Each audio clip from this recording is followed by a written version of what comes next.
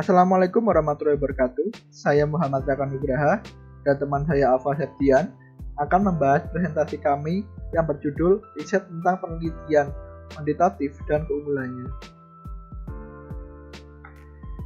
Materi dalam presentasi kami terdapat 4. Yang pertama yaitu apa itu penelitian kuantitatif. Di bagian ini saya akan membahas mengenai penelitian kuantitatif secara general, yaitu definisi dari penelitian kuantitatif sendiri. Berikutnya adalah sejarah penggunaan metode kuantitatif di penelitian. Di sini saya akan membahas mengenai awal mula atau cikal bakal dari metode kuantitatif hingga masa di mana metode kuantitatif ini mulai sering digunakan. Nah, bagian 3 dan keempat ini akan dibahas oleh teman saya, yaitu Alfa Septian. Yang ketiga adalah kelebihan dan kekurangan dari penelitian kuantitatif. Yang keempat adalah contoh dari penelitian yang menggunakan metode kuantitatif. Yang pertama adalah apa itu penelitian kuantitatif?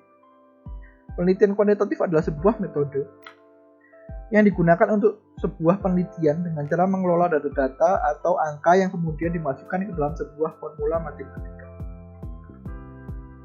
Penelitian kualitatif lebih bersifat objektif dibandingkan penelitian kualitatif yang menggunakan metode deskripsi dalam menjelaskan sebuah fenomena.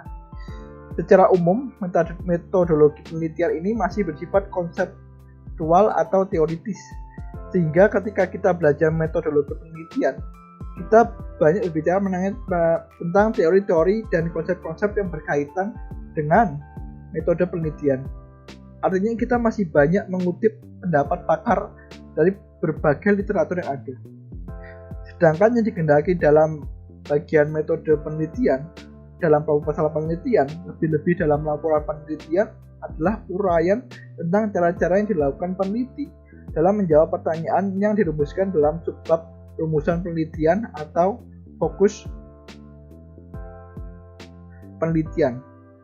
Untuk itu, pada bagian metode penelitian harus diuraikan dengan cara-cara tersebut secara operasional, namun tetap didukung oleh teori yang ada. Artinya cara atau langkah yang ditempuh mendapat dukungan atau pembenaran dari suatu teori atau pendapat pakar. Berikutnya adalah sejarah penelitian kuantitatif. Kelahiran metode penelitian kuantitatif tidak dapat dilepaskan dari sejarah panjang pemikiran positivisme.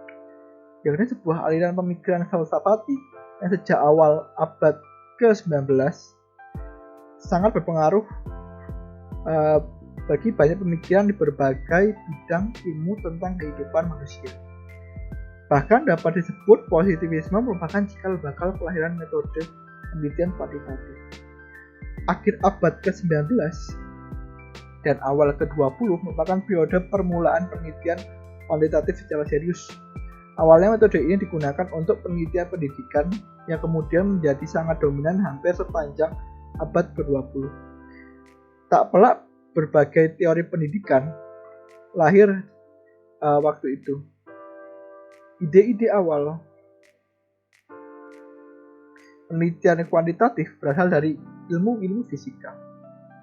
Seperti halnya penelitian ilmu-ilmu fisika yang menemukan atom dan molekul tunduk pada hukum dan aksioma yang telah diprediksi, maka pola perilaku atau pattern of behavior anak didik di sekolah juga dapat diprediksi. Atas dasar logika tersebutlah penelitian kuantitatif memulai dengan mengidentifikasi pola-pola pendidikan dengan menilai atau mengukur kemampuan individu, mengumpulkan skor dalam bentuk angka, dan menggunakan prosedur eksperimen psikologis dan survei skala besar. Sekian itu bagian dari saya. Bagian 3 dan 4 akan dilanjutkan oleh teman saya Alfa Septian. Halo semuanya, perkenalkan nama saya Alfa Septian. Saya salah satu anggota dari kelompok yang menjelaskan tentang apa itu penelitian kuantitatif, beserta keunggulannya. Nah, saya Alfa Septian dengan NIM 20.200.510221. Baik, kali ini saya akan menjelaskan tentang kelebihan dari penelitian kualitatif. Nah, kelebihan yang pertama dari penelitian kuantitatif adalah hasil yang dianalisis itu dapat diperoleh dengan akurat bila digunakan dengan sesuai dengan aturan. Jadi misalnya jika kita melakukan suatu penelitian dan itu memang berdasarkan rumus-rumus atau teori-teori yang sudah diterapkan dengan pola-pola dan formula yang sudah diterapkan, maka hasilnya akan jauh lebih akurat dibanding jika kita menggunakan penelitian kualitatif. Karena penelitian kualitatif itu cenderung bias, karena yang menarik kesimpulan adalah seorang peneliti itu sendiri. Sedangkan penelitian kuantitatif akan berdasarkan dengan data-data atau teori yang memang sudah ditentukan. Jadi berapapun variabelnya, kalau dimasukkan dengan data dan formula yang sama, hasilnya juga akan akurat. Nah, itu kelebihan pertama dari penelitian kuantitatif. Yang kedua, penelitian berjalan lebih sistematis. Jadi kita memang ada sistem yang sudah mengatur tahapan-tahapan dari penelitian ini. Misalnya tahap pertamanya pengumpulan data gimana, tahap pengolah datanya gimana, dan seterusnya. Sehingga tidak ada kebingungan lagi atau tidak ada kerancuan dalam sistem untuk saat kita mengolah data di penelitian kuantitatif. Kemudian penelitian lebih berjalan objektif. Nah, karena penelitian ini memang menggunakan formula-formula yang sudah bersedia, maka sifat bias dari seorang peneliti itu lebih minimal dalam penelitian kuantitatif. Karena memang yang metode yang digunakan adalah metode yang mana mengolah formula dan angka yang sifatnya jauh lebih objektif, bukan subjektif. Berikutnya, spesifik, jelas, dan rinci. Nah, hasil dari penelitian kuantitatif ini biasanya akan menghasilkan angka-angka yang jelas. Misalnya dengan indeks dari 1 sampai 10, angka 3 menunjukkan angka berapa, indeks 6 menunjukkan hasil apa, dan seterusnya. Nah, angka-angka ini itu lebih spesifik dan memberikan keterangan yang sangat jelas yang bisa digunakan untuk diimplementasikan di penelitian berikutnya lagi. Nah, itu adalah kelebihan dari penelitian kuantitatif. Selanjutnya kita akan mulai dengan apa kekurangan dari penelitian kuantitatif. Nah, kekurangan pertama adalah penelitian tidak bersifat subjektif. Nah, kalau tadi penelitian yang sifatnya objektif adalah kelebihan, kenapa subjektif juga masuk dalam kategori kekurangan? Karena memang dalam beberapa penelitian dibutuhkan juga interpretasi dari seorang peneliti. Nah, sayangnya di penelitian kuantitatif hal tersebut tidak berlaku, sehingga seorang peneliti itu tidak bisa seorang peneliti atau ilmuwan ini tidak bisa masukkan interpretasinya yang sifatnya subjektif. Semuanya harus bersifat objektif. Nah, dan hal ini akan mengalami beberapa kerugian dalam beberapa penelitian yang sangat membutuhkan interpretasi atau elaborasi lebih lanjut dari penelitinya. Kemudian juga orientasi yang tepat pada nilai dan jumlah.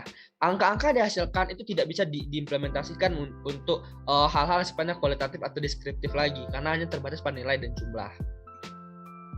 Nah, yang ketiga kekurangannya adalah karena ini data yang dimasukkan dalam formula-formula tertentu, maka adanya kekurangan di mana untuk pengumpulan data itu agak sedikit sulit. Apalagi untuk mengumpulkan data-data yang sifatnya orisinil. Biasanya data-data itu juga sudah diolah oleh orang-orang sebelumnya, dan apalagi jika itu diolah dengan metode kualitatif. Terlebih adalah bagaimana untuk mengumpulkan data tersebut itu butuh waktu lebih lama, karena kita harus memerlukan banyak data dan seterusnya. Itu lebih kesulitan bagaimana mengakses data-data tersebut. Nah, ini sama saja sifatnya subjektif, yang mana keterlibatan peserta umumnya terbatas. Nah, ini menjadi kekurangan karena ya tentunya seorang peneliti tidak bisa memasukkan interpretasinya dalam hal-hal yang sebenarnya membutuhkan interpretasi lebih dari seorang peneliti.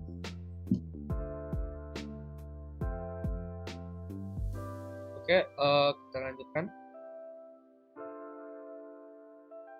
Nah, itu adalah kekurangan dari penelitian kuantitatif.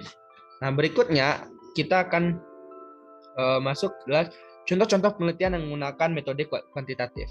Nah, salah satunya itu biasanya pakai kata-kata indeks, itu biasanya menggunakan metode kuantitatif. Misalnya ini indeks perdamaian dunia atau Global Peace Index. Nah, ini menggunakan angka-angka skor kuantitatif, semuanya berdasarkan misalnya tingkat kekerasan di sana, kriminalitas di sana, dan seterusnya. Itu diformulakan akhirnya dituangkan menjadi data-data tertentu. Yang misalnya indeksnya mendekati 1 itu tinggi dan seterusnya, dan itu ada interpretasinya sendiri. Berikutnya adalah misalnya Global Military Index. Misalnya di sini Amerika ranking 1 karena berdasarkan dengan jumlah angkatan bersenjatanya, jumlah alutsista yang dimiliki, budget dan budget peperangan dan seterusnya. Nah, itu membuat bagaimana suatu negara bisa mendekati atau mendapatkan angka-angka atau indeks di Global Military Index ini. Berikutnya juga seperti data indeks kemiskinan dan ketimpangan di Indonesia juga melakukan hal yang sama, dan juga atau data real time COVID yang baru-baru ini. Jadi memang ada indeks-indeks yang tertentu. Ini sifatnya metode kuantitatif, mana data dimasukkan dan tanpa ada interpretasi berhasil berlanjut. Cuma memang langsung input, keluarkan output, input, keluarkan output, dan seterusnya. Baik teman-teman, mungkin itu yang dapat saya sampaikan. Saya Alfa Septian, semoga bermanfaat. Sekian, terima kasih, sampai jumpa. Assalamualaikum warahmatullahi wabarakatuh.